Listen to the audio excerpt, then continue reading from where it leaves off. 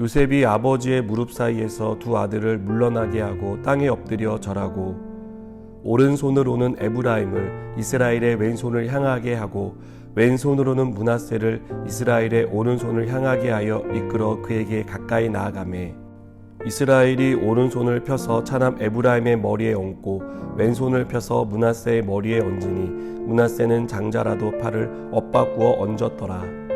그가 요셉을 위하여 축복하여 이르되 내 조부 아브라함과 아버지 이삭이 섬기던 하나님, 나의 출생으로부터 지금까지 나를 기르신 하나님, 나를 모든 환난에서 건지신 여호와의 사자께서 이 아이들에게 복을 주시오며 이들로 내 이름과 내 조상 아브라함과 이삭의 이름으로 칭하게 하시오며 이들이 세상에서 번식되게 하시기를 원하나이다.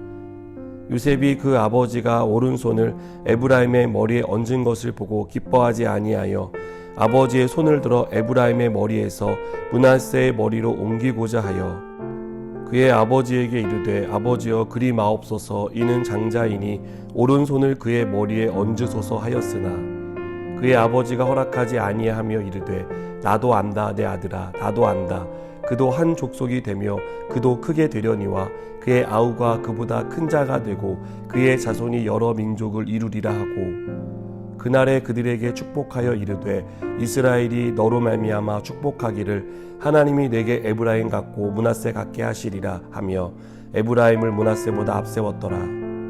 이스라엘이 요셉에게 또 이르되 나는 죽으나 하나님이 너희와 함께 계시사 너희를 인도하여 너희 조상의 땅으로 돌아가게 하시려니와 내가 내게 내 형제보다 세겜 땅을 더 주었나니 이는 내가 내 칼과 활로 아모리 족속의 손에서 빼앗은 것이니라.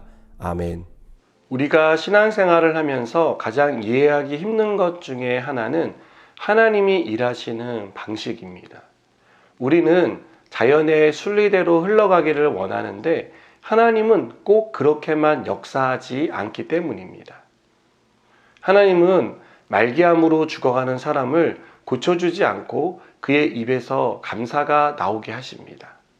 살아가는 자녀를 잃고 괴로움에 몸부림치는 부모에게 하나님의 선하신 뜻이 있다는 믿음을 고백하게 하십니다. 이것은 예수님을 믿지 않는 사람뿐 아니라 예수님을 믿는 우리조차도 이해하고 받아들이기 어려운 모습입니다. 오늘 본문의 내용도 이해하고 받아들이기가 쉽지 않습니다. 죽음을 앞둔 야곱은 요셉의 두 아들을 축복합니다. 요셉은 눈이 어두운 아버지를 생각해 큰아들 므낫세를 야곱의 오른쪽에 세우고 작은 아들 에브라임은 야곱의 왼쪽에 세웁니다. 이것은 권위와 능력, 보호와 은혜를 상징하는 오른손으로 장자인 므낫세를 축복해야 하는 관습을 따른 것이었습니다. 말 그대로 자연스러운 일입니다. 하지만 야곱은 자신의 팔을 엇바꾸어 왼손을 므낫세의 머리에 얹고 오른손을 에브라임의 머리에 얹습니다. 야곱의 행동은 관습을 거스르는 행동이었습니다. 요셉이 보기에도 부자연스러운 것이었고 심지어 부적절하게 보였습니다. 요셉은 오른손의 축복을 당연히 장자인 므낫세가 받아야 한다고 생각했는데 야곱이 반대로 한 것이 마음에 걸렸습니다. 그래서 눈이 어두운 아버지가 실수한 것이라고 생각해 야곱의 엇바꾼 팔을 돌려놓으려고 했습니다. 그러나 야곱은 실수한 게 아니었습니다. 야곱은 오른손으로 누구를 축복하고 있는지 잘 알고 있었습니다. 그리고 이것은 야곱의 생각에 따른 행동이 아닌 하나님의 뜻에 순종하는 행동이었습니다. 요셉은 야곱의 행동에 어떤 뜻이 있다는 생각은 하지 못했습니다. 아버지의 손의 위치가 바뀐 것만 보았습니다. 저는 우리가 신앙생활을 하면서 이런 실수를 자주 한다고 생각합니다. 우리는 가장 급한 기도 제목부터 하나님이 순차적으로 응답해 주시는 것이 자연스러운 일이다라고 생각합니다. 기도하면서 하나님의 뜻대로 이루어 달라고 하지만 사실 우리에게 가장 시급한 문제부터 해결해 달라는 말을 빠뜨리지 않습니다. 그러다 보니 1순위 기도 제목이 응답되지 않으면 실망합니다. 기도할 동력을 상실하고 주저앉을 때가 많습니다. 우리가 중요하게 생각하지 않는 것이 응답받으면 하나님이 왜 이렇게 하셨지? 라고 의문을 제기합니다.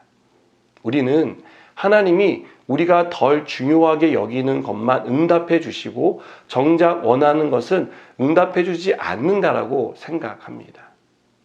여러분, 그러나 하나님은 실수하는 분이 아닙니다. 하나님은 절대 실수하지 않습니다.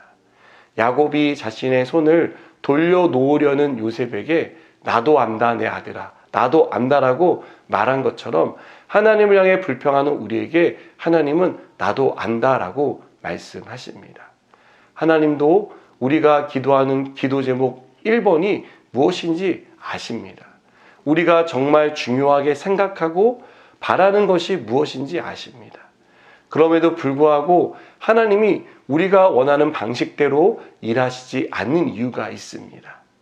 그것은 우리가 하나님을 신뢰하게 하려는 데 있습니다. 사실 야곱은 험악한 세월을 살면서 하나님을 신뢰하는 법을 배워왔습니다.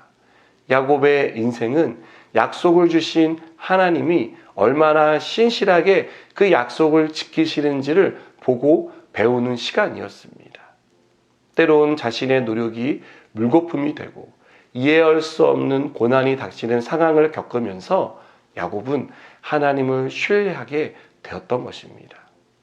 여러분, 자연의 순리대로 우리가 생각하고 계획한 대로 응답이 되지 않고 기적이 일어나지 않는다고 답답해하는 우리의 마음을 하나님이 왜 모르시겠습니까? 왜? 라는 물음이 끊임없이 일어나는 것도 다 알고 계십니다. 우리의 눈이 장자에게 고정되어서 왜 이 장자를 축복하지 않고 처자를 별로 중요하게 생각되지 않는 것을 축복하시는지 이해하지 못하는 것도 알고 있습니다. 우리는 하나님이 손을 엇바꾸었다고 생각합니다. 여러분, 그러나 엇바꾼 손에는 하나님의 뜻이 담겨 있습니다.